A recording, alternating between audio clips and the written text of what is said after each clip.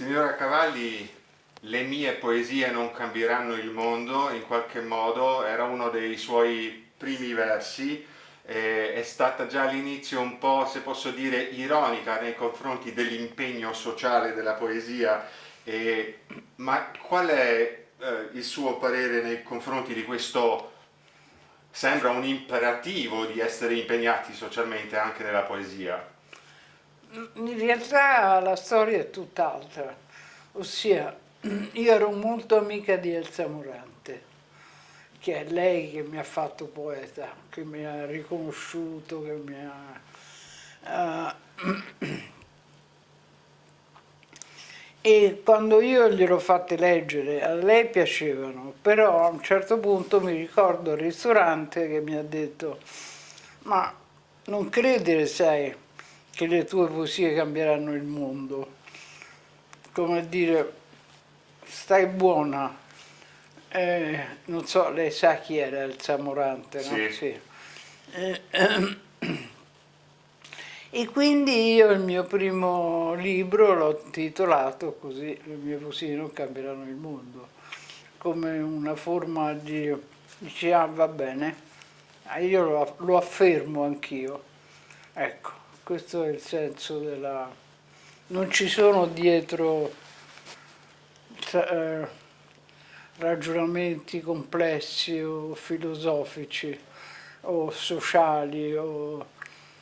era un po' un modo di scherzare. Le mie poesie non cambieranno il mondo, vabbè, come dire, un dato di fatto. Perché non hanno cambiato nessuno? Bah, non lo so, non credo, non lo so, io credo che quando uno venga cambiato da qualcosa vuol dire che era già pronto per essere cambiato. Ma l'impegno sociale nella poesia è ancora poesia? Non lo so, non lo so, perché l'impegno sociale io non l'ho mai avuto consapevolmente. Se mai l'ho avuto è stata una cosa... Ci noia. Una cosa naturale. Non mi sono messa a fare impegni sociali, era lontano dal mio... Appunto, già dal titolo "Le mie poesie non cambieranno il mondo" dimostrano questo programma di non voler neanche fare, cercare di farlo. Eh, però Possono cambiare una persona, ma non il mondo. Era era un modo di dire quasi giocoso. eh, nella sua poesia prevale la prima persona singolare se sono un po' teorico, l'io lirico sembra impregnato con il suo io reale. Ehm, Però lei scriveva comunque nei decenni prevalentemente in cui nella poesia era, diciamo, moderna questa tendenza delle citazioni una sopra l'altra, postmoderniste. Insomma, come ha gestito questo suo percorso? Ma io non ho mai preso decisioni astratte, cioè non ho decisioni ideologiche, non ho mai fatto. Ho fatto quello che l'intelligenza, il cuore, il sentimento, la paura, il terrore, l'amore, tutte queste cose mi dettavano. Quindi non ho mai fatto una scelta ideologica, mai. Eh, ma secondo lei è possibile scrivere poesia che non sia una riflessione delle proprie esperienze personali? No, cioè sì, sarà possibile anche quello, ci sono tanti poeti che hanno scritto d'altro. Nel mio caso è che secondo me non esiste una differenza tra il personale e il non personale.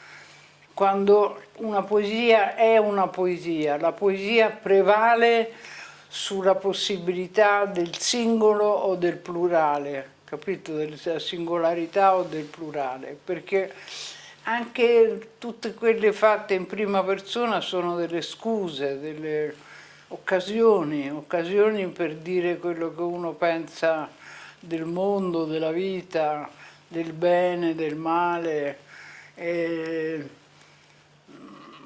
o anche per divertimento, insomma, quando si scrivono poesie non ci sono veramente delle intenzioni. Quella che si chiama ispirazione è un'ispirazione linguistica sostenuta da un'idea. Sostenuta da un'idea che via via si forma e diventa sempre più chiara grazie alle parole. Grazie alle parole, al suono, è come se il suono, le rime portassero la verità con in se stessa. Passiamo a un'altra cosa. Lei ha tradotto parecchi testi teatrali, Sì, scriveva anche critiche teatrali. E questa esperienza del teatro, sì, del dramma, sì. in qualche modo si riflette anche nella sua poesia. Ehm, a volte sembra che nelle sue poesie ci sia una situazione scenica che lei si mette all'interno ad osservare Sì, anche un conflitto, diciamo, sì. drammatico, i vari personaggi. E qual è il vantaggio di questo approccio drammatico per la poesia? Non è una scelta, non è una scelta ragionata, è, è una forma appunto del teatro, perché io ho sempre amato il teatro e la musica. Quindi il teatro ha bisogno di vari personaggi, oppure può fare un monologo. Dico, però non capisco cosa mi chiede, qual è il vantaggio, in che senso? Nel senso, qual è l'effetto? Cioè, c'è un effetto che lei voleva trovare in questo modo drammatico nella Ma poesia? guardi, io quando scrivo non penso mai agli effetti, cioè non penso mai a ciò che sarà l'effetto. Penso lì a quella specie di definita cornice entro la quale si muove una poesia. Quindi io penso al sistema sonoro, al senso anche naturalmente, ma come se fossi portata da qualcosa che è già pronto lì e che io devo ascoltarla e poi ricopiarla dalla mente. Ecco, lei ha menzionato un po' appunto questo aspetto, diciamo, della forma linguistica, no? E lei, per quanto riguarda la forma, almeno abbiamo capito che nella sua poesia da un certo lato ci sono tipo aspetti piuttosto narrativi, poi ci sono i passaggi molto ritmati, Sì, anche rimati. sì. E, insomma, per quanto riguarda questo aspetto formale, lei ci aveva mai pensato?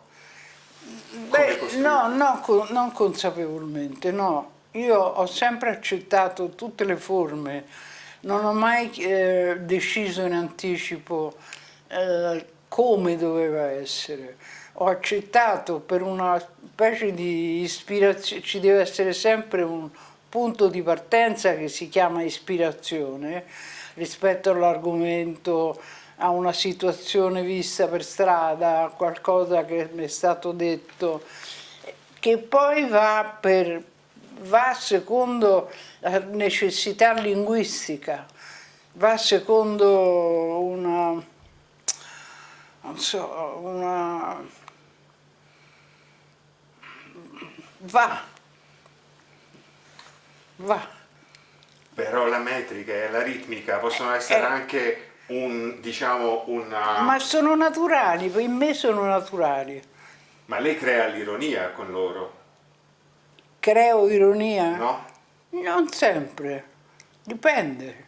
A volte sono molto quasi, non dico tragiche, ma quasi, anche se il tragico non è il mio, eh, il mio tono principale. Però ironia, ma anche l'ironia è un sentimento frigido in un certo senso. Quindi l'ironia è qualcuno che crede di essere superiore, che sta lontano e quindi ironicamente dice o afferma. Eh, io non mi sento mai ironica, sono sempre dentro le mie parole, sono proprio, mi identificano le mie parole. Ehm, Secondo la sua traduttrice slovena, che si chiama Miliana Zunta, la sua poesia potrebbe essere caratterizzata come una specie di poesia pensata dalla cui traspare poi la sua formazione filosofica, così dice lei. Bisogna dire però che cioè, il lato delle idee è sempre in dialogo o anche in contrasto con il lato delle emozioni e sensualità. Giusta questa osservazione? Sì, perché il lato delle idee è sempre, non sta mai lì frigido e composto. Il lato delle idee è sempre accompagnato, sì, da un'emozione, perché pensare è emozionante. E pensare veramente qualcosa vuol dire scoprire. Quindi sì, Ehm, ci sono delle differenze in cui la sua poesia viene percepita dagli italiani e da quelli che la leggono in traduzione, gli americani, i tedeschi? che vuol dire se ci sono delle differenze? Nel senso delle Ah, reazioni che lei beh sì, riceve. il fatto che quando io ho letto, beh, quando leggo in lingue che posso capire, tipo l'inglese o il francese, tutte le altre non le capisco. Cioè non capisco il tedesco, non capisco tutte le altre quantità di lingue in cui sono state tradotte, ma non ci capisco niente, non sento niente, non sento. E, e quelle altre di cui posso sentire o capire qualcosa, eh, beh, posso intuire che in certi casi, se posso, come si dice, pronunciarle, in certi casi sono riusciti e in altri sono... Ma non come traduzione, come cosa, quando si fa una traduzione bisogna ricostituire il testo, ricominciare da capo. Capito? Non si può tradurre, si può riscrivere. E a volte non ci si riesce, dice. Ma io guardi, ho tradotto soltanto, visto che non conosco l'inglese, conosco il francese. Quindi ho tradotto dal francese Molière, sì, ho tradotto perché sono purtroppo in questo periodo sono un po' stordita e non mi ricordo niente. E ho tradotto Molière e ho cercato di ricostituire, ma con naturalezza, lo stesso andamento ritmico, le stesse doppi sensi, le stesse cose, Questo l'ho fatto, sì, ma quello si trattava di teatro e il teatro è diverso dalla poesia. Non è la stessa cosa, anche se è un teatro in versi o un teatro con le rime. Je pars sur Teramene, je quitte le séjour de l'amable Trézène. Com'è dalle doutes mortelles, je suis agité, je commence à rougir de mon oisiveté. Questo che cos'è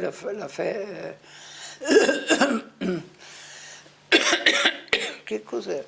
Io non capisco il francese, purtroppo. Però sente che c'è la rima e quando io le ho tradotte, neanche pubblicate queste cose, cercavo di mantenere, magari alterando, ma di mantenere, non facevo le traduzioni, insomma il suono è fondamentale. Ecco, anche quando si traduce, quando si scrive, vabbè, ma anche quando si traduce. Io parto, io lascio di Trezene l'amabile soggiorno. Nel dubbio che mi... Porca miseria, non mi ricordo, Non si perché le preoccupi. sapevo tutta a memoria. Non si preoccupi.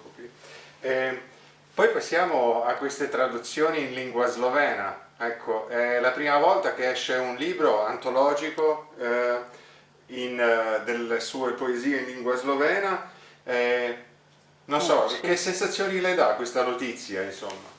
Beh, sono contenta, nel senso, però io non conosco lo sloveno, né conosco gli scrittori sloveni, quindi la mia contentezza è una contentezza un po' astratta.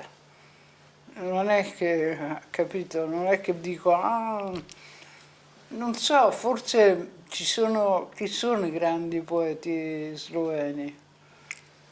A partire dal grande romantico Franz Prešeren.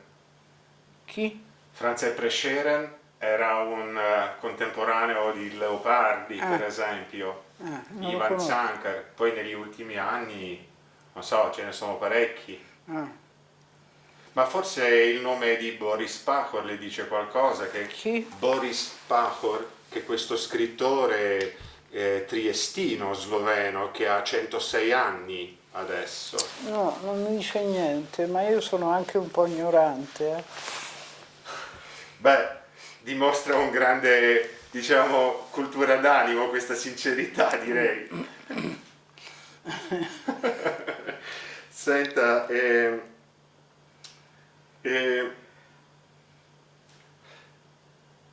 per concludere, in qualche modo cerchiamo di trovare con le sue parole diciamo, il luogo, la posizione del poeta in questo mondo contemporaneo che è talmente incentrato sull'efficienza, dall'altro lato dominato dall'economia ma soprattutto la tecnica. Insomma, lei attraverso questi decenni che scriveva le poesie si è mai sentita fuori luogo, insomma? No, non mi sono mai sentita fuori luogo perché non mi volevo mai sentire in luogo e quindi non potevo stare fuori luogo perché non me ne importava nulla di stare nel luogo. Ho sempre pensato che la prima che dovesse divertirsi ero io. Cioè la prima a cui queste cose dovessero piacere ero io. Se poi piacevano anche gli altri io ero contentissima. Però dovevano piacere a me. Ecco. Sì. Così come quando ho scritto delle canzoni, per esempio, che è stato il periodo più piacevole della mia vita.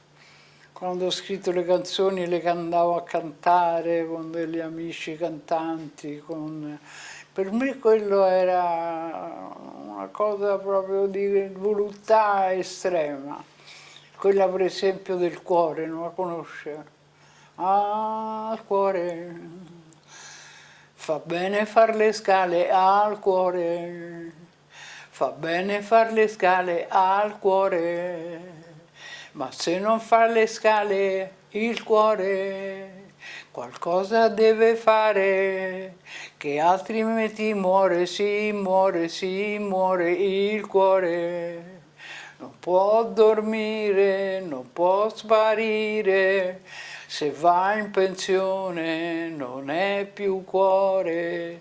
L'hai chiuso in un cassetto, l'hai congelato bene, ci hai messo un bel fiocchetto, ta la la la la la, ma il cuore va bene e continua. Per me quello era il puro piacere Ecco, nelle mie performance, fare il punto con il, come si chiama il, La batteria. no, quello che suona con tutte, con il, una specie di, Xilofono, sì. xilofono? no, il glockenspiel. Che sarebbe? Glockenspiel, sì, È come, sì, è quel triangolo con cui Ah. si... no, No, Glock è campana in tedesco. glockenspiel è una cosa che uno apre, ci sono tutte le, scusi, Questo è il suo. Lo Stalin. Lo spoiler. il glockenspiel, adesso glielo faccio vedere. Non si preoccupi, non è una cosa... Beh, è importante per me perché io mi sono divertita da morire. Poi ci vado... Fare- Ma chi ha cantato questa canzone? Io la cantavo Ah. pure, e poi tutti i bambini, l'ha cantata pure uno famoso alla televisione, come si chiamava? Eh, che per 2 anni è stato molto famoso alla televisione italiana. Vabbè, insomma, Ce ne sono Ben tanti. 2 anni. Ben 2 anni. come? Dico ben 2 anni. Signora Cavalli, per concludere, prendo spunto dal suo vivere sempre fuori luogo, no? Beh, Se lei ha vissuto sempre fuori luogo, come ha fatto a campare, scusi la domanda, perché comunque uno ha bisogno del tetto e 3 volte al giorno come ho bisogna fatto a mangiare. campare? È interessante questo. Dunque, io sono stata sempre molto, prima di tutto ero una giocatrice, giocavo molto e all'inizio vincevo, poi ho cominciato a perdere. Giocavo, ma non alla roulette, a queste cose, giocavo con gli amici a Telesina, non so se la conosci, a Telesina e facendo tutte le notti sveglia fino al mattino. Poi ho cominciato a fare la mercante di quadri, mercante d'arte, ed ero bravissima. Ed era un periodo forse favorevole a questo. Io ho fatto un sacco di soldi con queste cose. E poi avevo degli amici carissimi, molto generosi, che per esempio mi hanno comprato la casa, mi hanno... Insomma, era un periodo della vita dove era tutto un dono, diciamo, dove tutto aveva l'aspetto del dono, sia le cose che facevi, scrivere le poesie, sia le cose che uno aveva, cioè il dono. È la cosa più bella che c'è per me, tuttora. Non c'è più, però era qualcosa di insostituibile. Adesso invece come sta? Fisicamente sono uno straccio, perché ho fatto delle cure tremende per il cancro per 5 anni, per cui ho delle conseguenze alle gambe, cammino male, e poi ho piena di ipocondrie, sono piena di malattie immaginarie, malattie... Ecco, l'unica cosa che mi farebbe bene è se io tutte le sere potessi avere una messa in scena non tanto delle mie poesie, di cantare, di suonare il kazoo, ecco, quello mi fa stare subito bene, pensi. La ringrazio. Grazie a lei.